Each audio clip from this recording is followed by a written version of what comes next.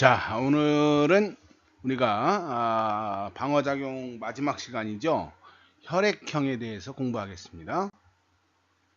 자, 우리 혈액형이라고 하는 건 사실은 이 적혈구 아시죠? 혈액 속에 이 적혈구가 이제 헤모글로빈이라는 단백질을 많이 가지고 있고, 얘들이 산소가 결합해서 산소를 운반하는 기능을 하죠. 근데 이런 단백질 말고도 다른 단백질들이 이렇게 들어있는데, 예? 이런 단백질들이 이제 헤모글로빈 사이에 이렇게 들어있단 말이죠. 그것들 중에 항원으로 작용하는 것들이 있어요. 그것들 중에 항원으로. 근데 이제 이 항원으로 작용하는 것이 이거에 대한 항체가 이제 만나면 응집 반응이 일어나거든요. 응집 반응이. 그래서 이 항원을 다른 말로는 응집원이다 이렇게 얘기해요.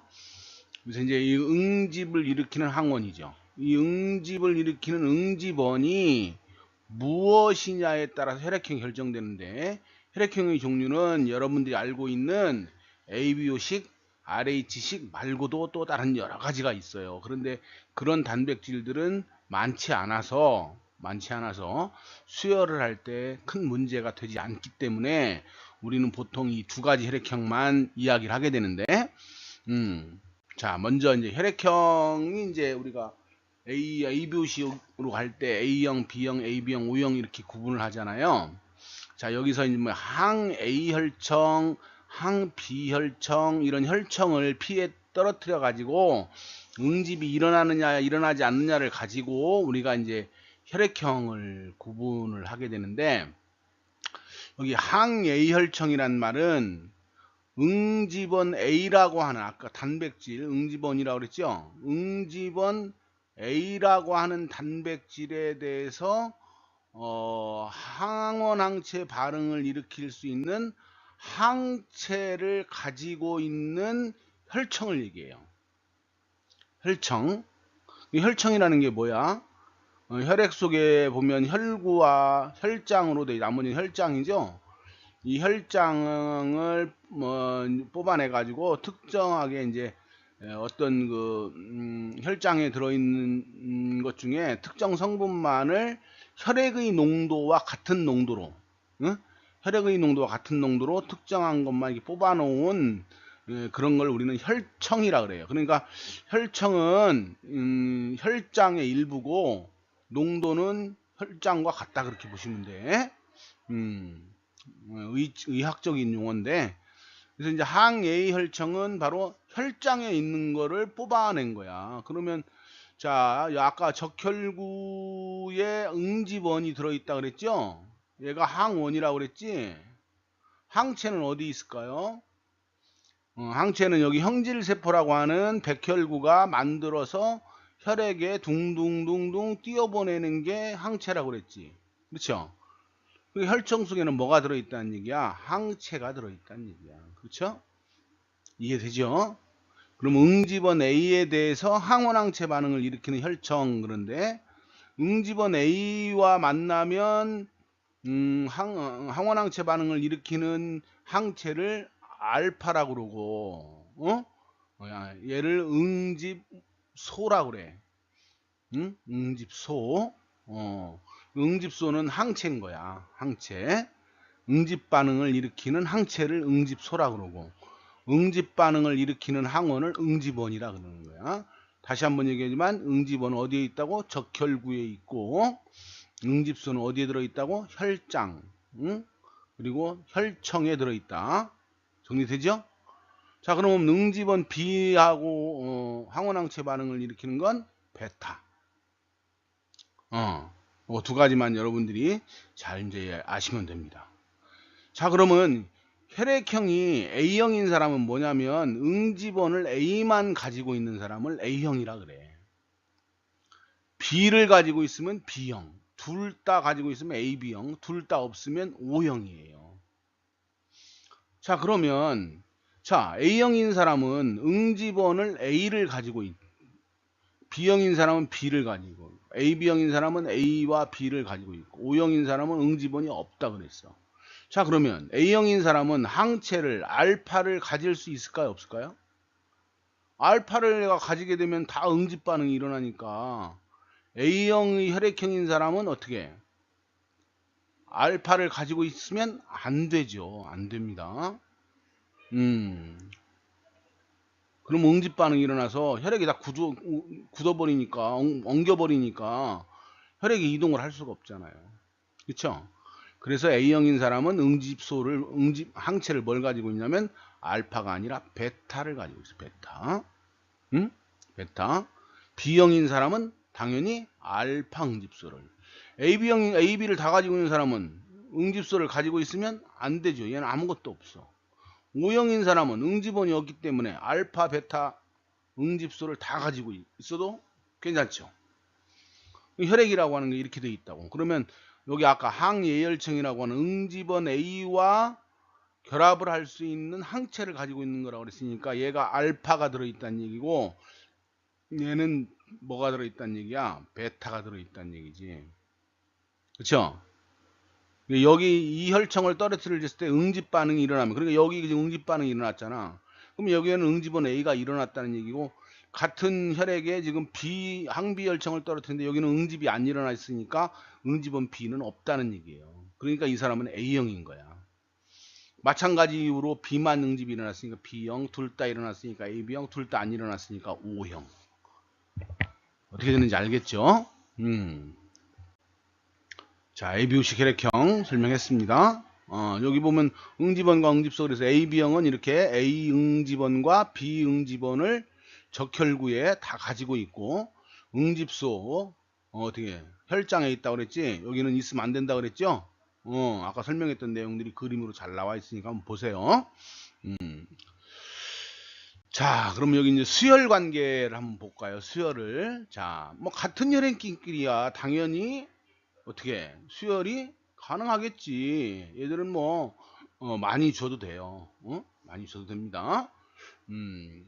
근데 보통 요즘은 이제 혈액이 없을 때는, 혈액이 지금 없어가지고 당장 사람이 죽어간다 그러면 소량이라도 빨리 이제 긴급적으로 이제 수혈을 해야 될 필요성이 있을 때 서로 다 서로 다른 혈액형끼도 수혈을 하는데 실제는 거의 하지 않는다 그래요. 이론적으로만 가능한 걸 한번 알아보자고. 그러면 O형인 사람의 피를 A형한테 주면 어떻게 될까요? O형인 사람은 응집원 알파와 베타가 있고, 얘는 응집원, 여기는 응집소, 응집원 A와 응집소 베타가 있다 그랬지. 그럼 O형인 사람의 혈액을 A형한테 주면 어떻게 될까요? 여기 보면 알파가 들어가서 여기 A하고 응집될 수가 있죠.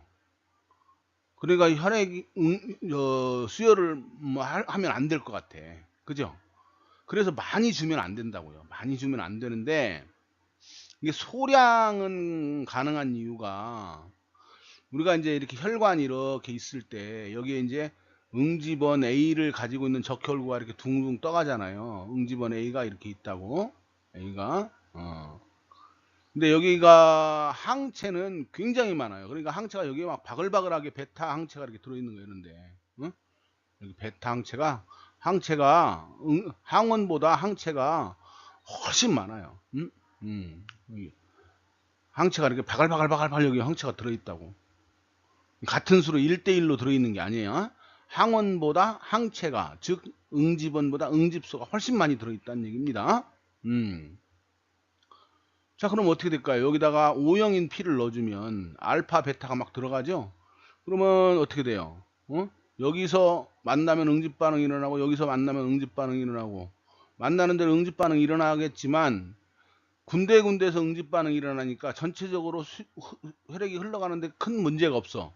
그러나 많이 넣어주면 큰일 나죠. 많이 넣어주면 다 막 모두 응집 반응이 일어나면 큰일 나니까 조금만 넣어줄 수 있다고요. 응? 근데 이건 상황을 한번 반대로 해보자고. 상황을 반대로. 그러니까 여기가 지금 O형이야. O형. O형이면 여기 알파 베타가 더글더글 하겠지. 알파 베타가 막 더글더글 할 거예요. 예. 여기다가 A형인 사람이 거꾸로 P를 넣어주는 거야. 그럼 어떻게 될까? 여기 적혈구 안에 A가 있죠. 어? 여기도 A가 있을 거 아니야. 여기가 A가. 그럼 이 A가 어떻게 들어가면 항체가 알파가 워낙 많으니까 여기 들어가자마자 다 여기에 결합돼. 다음 뒤에 오는 적혈구 또 걸려. 뒤에 오는 적혈구 또 걸려. 그러니까 여기서 전부 다 항원항체만 혈액을 넣어주면 넣어주는 즉시 항원항체 반응이 일어나 버린단 말이야. 여기서. 그러니까 뭉치니까 혈액이 뭉치니까 퍼져 들어가질 못하는 거예요. 그러니까 정리하면 항체는 응집소는 조금만 넣어줘도 가능할 수 있지만 응집원은 조금만 들어가도 안 된다 그런 얘기예요. 그러니까 여기서 지금 얘는 응집소만 가지고 있으니까 조금만 넣어줘도 되는데 이걸 거꾸로는 못하는 이유가 이 응집원이 들어가면 알파로 즉시 응집이 일어나 버린단 말이에요. 그래서 응집원은 절대로 응집원은 절대로 들어가면 안 된다라고. 예? 응집원이 들어가면 안 되는 거예요. 자, 그러면 한번 정리를 해볼까요? 얘는 응집원 A, 얘는 응집원 B, 얘는 응집원 AB, 얘는 응집원이 없지. 그죠? 그러니까 O형은 응집원이 없으니까 어느 혈액형이나 줄 수 있는 거야. 어? 무슨 얘기인지 알겠죠? 근데 이 A형은 AB형한테 어떻게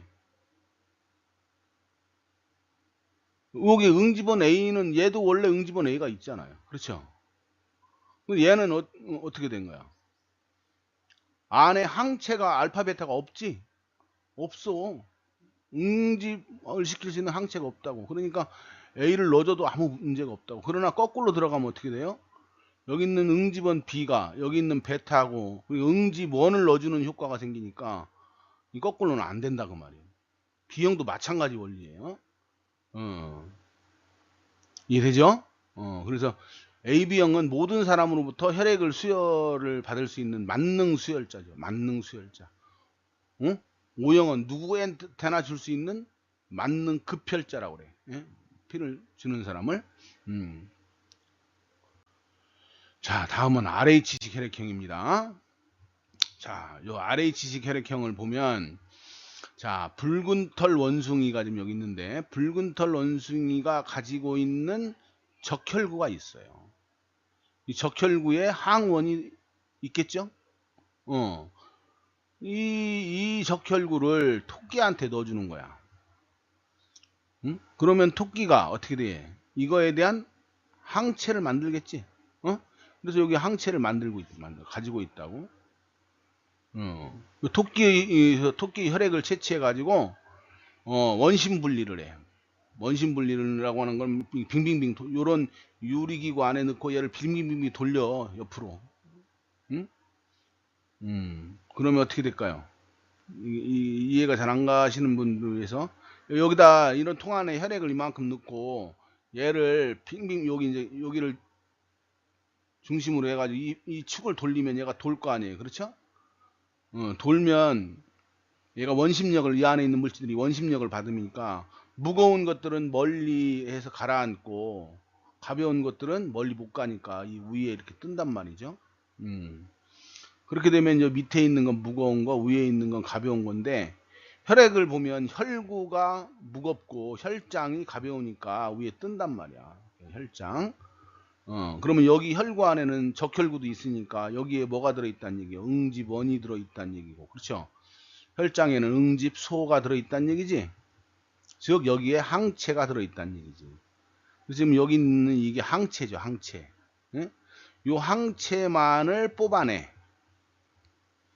그래, 그거를 우리는 항RH 혈청이라고 그래. 이때 이 사람하고 혈액하고 이 혈청을 섞었을 때 응집 반응이 이렇게 서로 응집 반응이 일어나면 어떻게 돼요? 이 사람은 요 붉은 털 원숭이 적혈구에 있는 항원과 똑같은 걸 가지고 있는 사람이지. 그렇지? 요거로는 사람을 RH 플러스라고 그러고 응집 반응이 안 일어나는 사람은 요런 단백질을 가지고 있지 않다는 거야. 이런 사람을 RH 마이너스라고 합니다. 우리나라 사람들은 대부분 RH 플러스죠.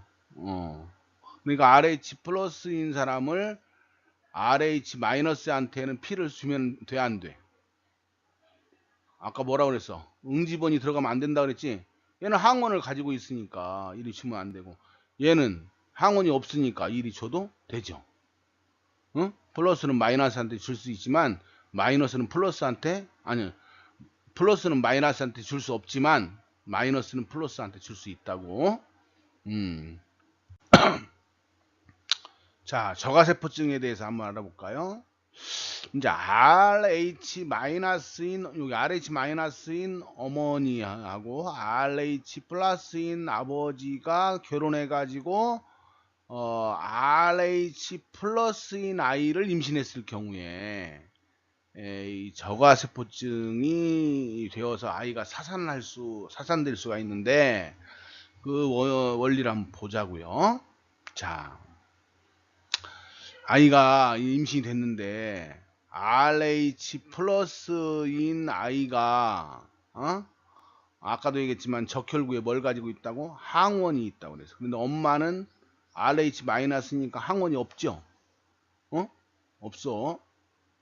이게 이제 ABU식 혈액형하고는 달리 항체를 RH 항체를 가지고 있는 사람은 아무도 없어요. 이 RH 항체는 태어날 때부터 가지고 있는 사람이 없어. 아까 ABU식은 A형인 사람은 베타를 가지고 있다 그랬잖아.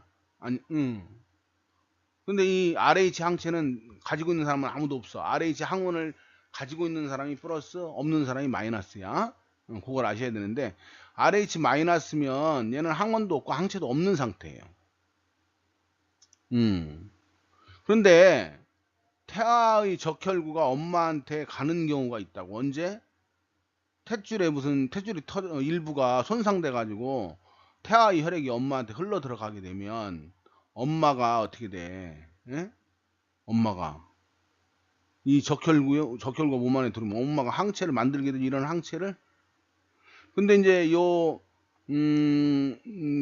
태아와 연결되어 있는 탯줄이 손상되는 경우가 언제냐면 첫째 아이가 출산할 때는 이 터지잖아요. 그러니까 첫째 아이는 이 상처가 나면서 적혈구로 엄마 몸속에 들어가면서 얘는 엄마 뱃속에서 나오니까 별 문제가 안 되는 거야. 첫째 아이는. 응? 첫째 아이는 문제가 안 돼요. 얘는 이미 나왔으니까. 근데 엄마 뱃속에서 이때가 출산될 때 들어왔던 적혈구 때문에 이제 시간이 좀 지나면 항체가 만들어져 있다고. 그런 상태에서 엄마가 둘째 아이를 또 RH 플러스인 아이를 임신하게 되면 이제 항체는 적혈구가 크기가 이만하면 항체는 크기가 이만하죠. 아주 작죠. 이건 세포고 이건 물질이니까.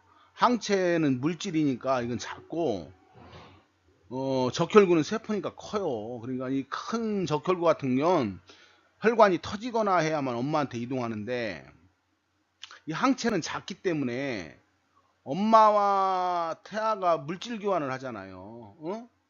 엄마가 양분도 주고 태아의 노폐물도 받아오고 하는데, 그렇게 이제 물질이 이동할 때 항체가 이렇게 태아한테 간단 말이야. 그러면 태아는 응집원이 있기 때문에 항원을 가지고 있잖아. RH 항원을. 그럼 태아가 응집이 돼 버리는 거야. 그러면 두 번째 아이는 적혈구가 파괴되죠. 그럼 어떻게 돼? 얘는 더 이상 산소 공급이 안 되니까 얘가 죽는 거야. 이게 바로 저가세포증입니다. 자, 여기 이제 그림이 나오는데 지금 선생님이 설명했던 그런 내용들이에요. 자, 오늘 수고하셨습니다.